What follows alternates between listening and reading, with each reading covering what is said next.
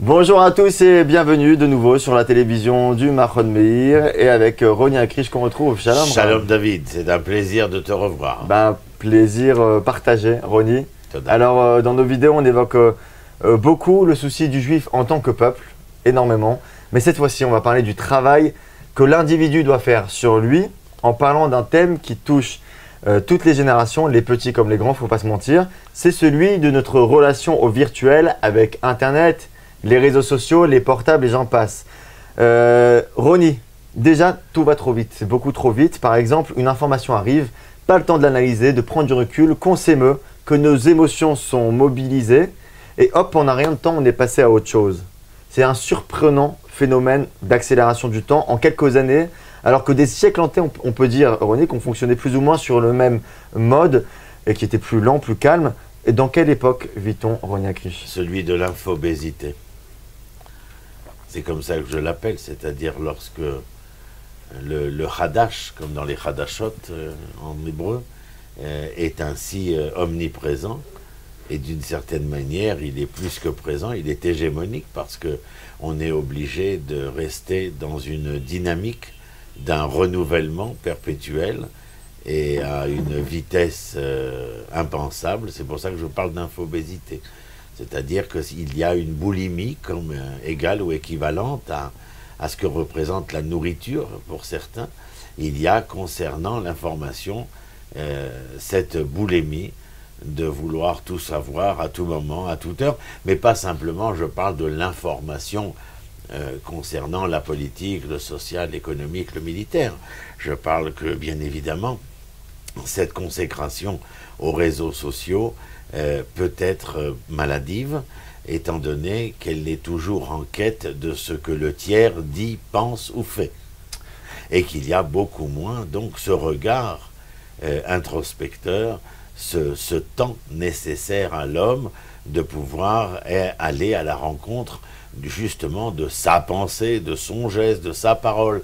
Et donc, en fin de compte, ces tiers boulimiques, qu'il soit l'information politique ou l'information de notre environnement amical, social, familial, eh bien, je trouve qu'il y a là une problématique qui relève plus de la pathologie que de la saine S-A-I-N-E, bien entendu, que de la saine attitude de l'homme vis-à-vis de lui-même. Roni, y a-t-il un lien entre l'époque messianique qu'on est en train de vivre et on peut établir un parallèle avec cette accélération du temps et l'époque messianique? Alors bien sûr, en dehors de l'infobésité, il y a l'information en tant que telle qui, donnée à bon escient, c'est-à-dire dans un temps signifiant, eh bien, peut apporter à l'individu au cours de cette rencontre avec l'information, eh bien, une remise en question, une interpellation, un appel.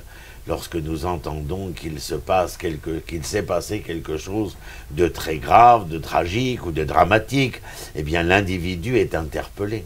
Et puis, c'est aussi de pouvoir faire savoir, par exemple, concernant Israël, et je l'utilise puisque j'ai, grâce à Facebook, un site d'éducation, eh bien, de pouvoir faire entendre la voix de nos maîtres, ma voix également, cette émission également, c'est-à-dire qu'il y a la capacité aujourd'hui qui est donnée de pouvoir faire savoir, faire connaître, faire entendre et faire comprendre à tout un chacun.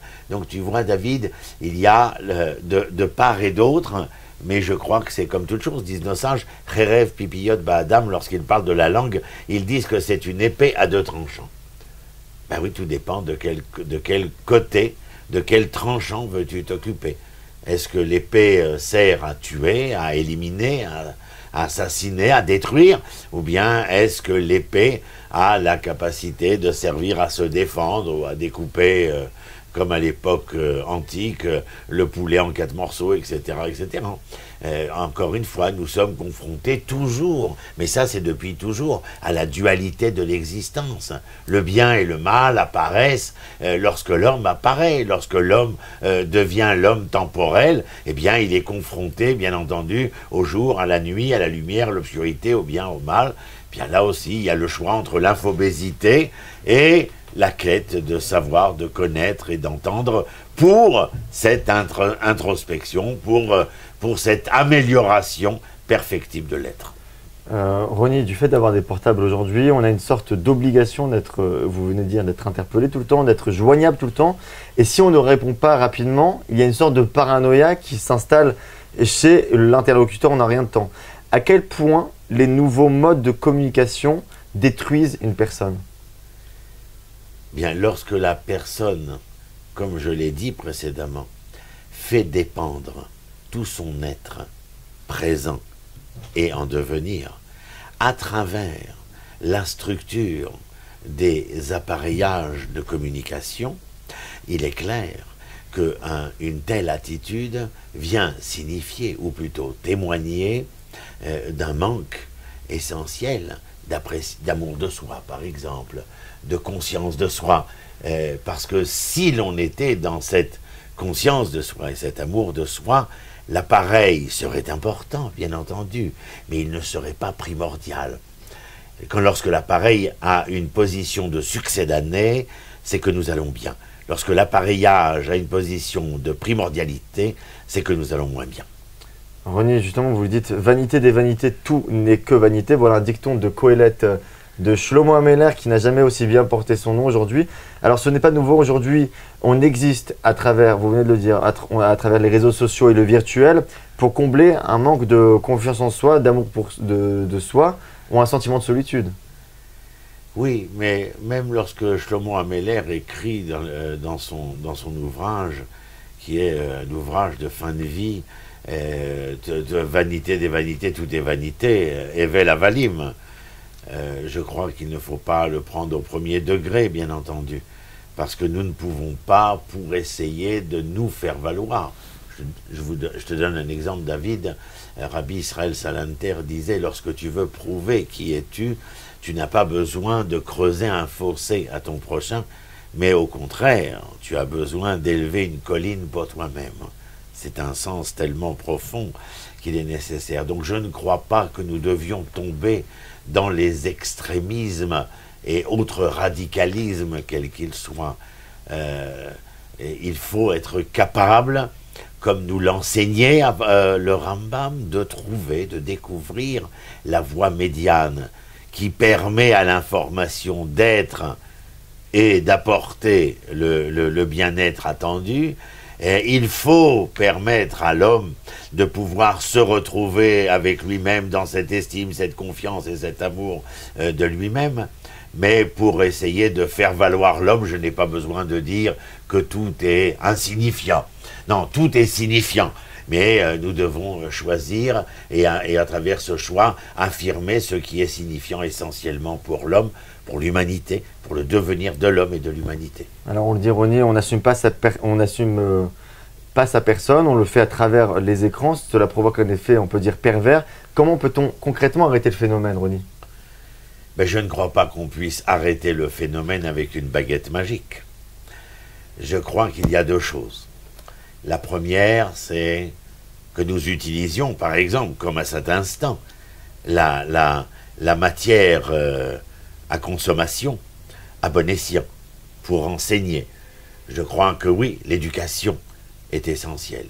S'il y a quelque chose à changer, c'est à l'école, c'est à la maison. À la maison, les parents pour l'éducation, à l'école, les enfants pour le savoir, la connaissance, etc. Mais c'est ce que nous pouvons faire. Il n'y a pas à se leurrer, il n'y a pas ici d'opus focus possible. Et puis il y a, en dehors des parents et en dehors de l'école, il y a une troisième dimension, mais que nous essayons en général d'éviter. Cette troisième dimension est lorsque, dans l'insuffisance de l'interpellation de la vie, que la vie en vienne à devoir nous interpeller.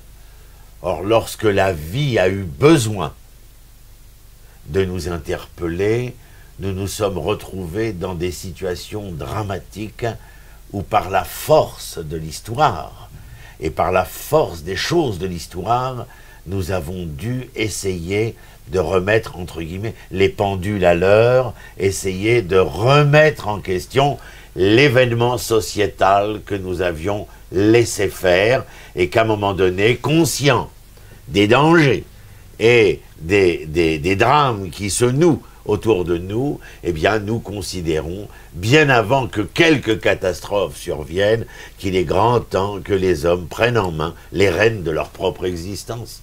C'est le moins qu'on puisse demander aux êtres humains, d'être les sujets de leur histoire et de cesser d'en être les objets. René, vous venez de dire, un des remèdes, c'est ce que nous faisons modestement en ce moment, c'en est l'exemple le plus haut, la diffusion de vidéos et des cours de Torah via les réseaux sociaux. Alors beaucoup de raves, de yeshivot exploitent ces technologies pour transmettre des bonnes paroles de Torah, mais est-ce qu'il y aurait un danger du coup d'irresponsabilité chez la personne qui regarde le cours, parce que du coup, suivre un cours sur Internet nous acquitterait, entre guillemets, de notre devoir intellectuel et moral on va terminer avec cette réponse, où en quelque sorte, c'est un moindre mal. Ce n'est pas l'absolu, parce que je pense qu'il faut la rencontre, il faut la confrontation, il faut la divergence de visu, mais c'est un moindre mal dans le sens où peut-être, bien oui, qu'aujourd'hui, certaines personnes qui, ayant la flemme ou la flemmardise de vouloir se mouvoir vers les centres où l'on peut apprendre et entendre, eh bien, fait clic et qu'elle a l'impression que...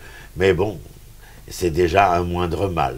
Mais comme on l'a dit tout à l'heure, nous restions rousséens et koukiens, c'est-à-dire d'un côté perfectible, de l'autre mishtalmim en hébreu. Et voilà, donc nous espérons toujours être mieux qu'hier, même s'il ne sommes moins que demain, mais nous avons conscience que c'est perfectible. Amen. Merci Ronnie pour ces bonnes paroles. Suivez-nous évidemment avec modération du coup sur les réseaux sociaux, sur notre page Facebook, sur YouTube. Voilà, on fait la promotion de ces réseaux sociaux. Et aussi sur votre page Facebook, Ronnie Akrish, voilà, vous avez aussi un website éducatif. Merci beaucoup. Toda rabba. On se retrouve très bientôt sur la télévision du Machon Meir.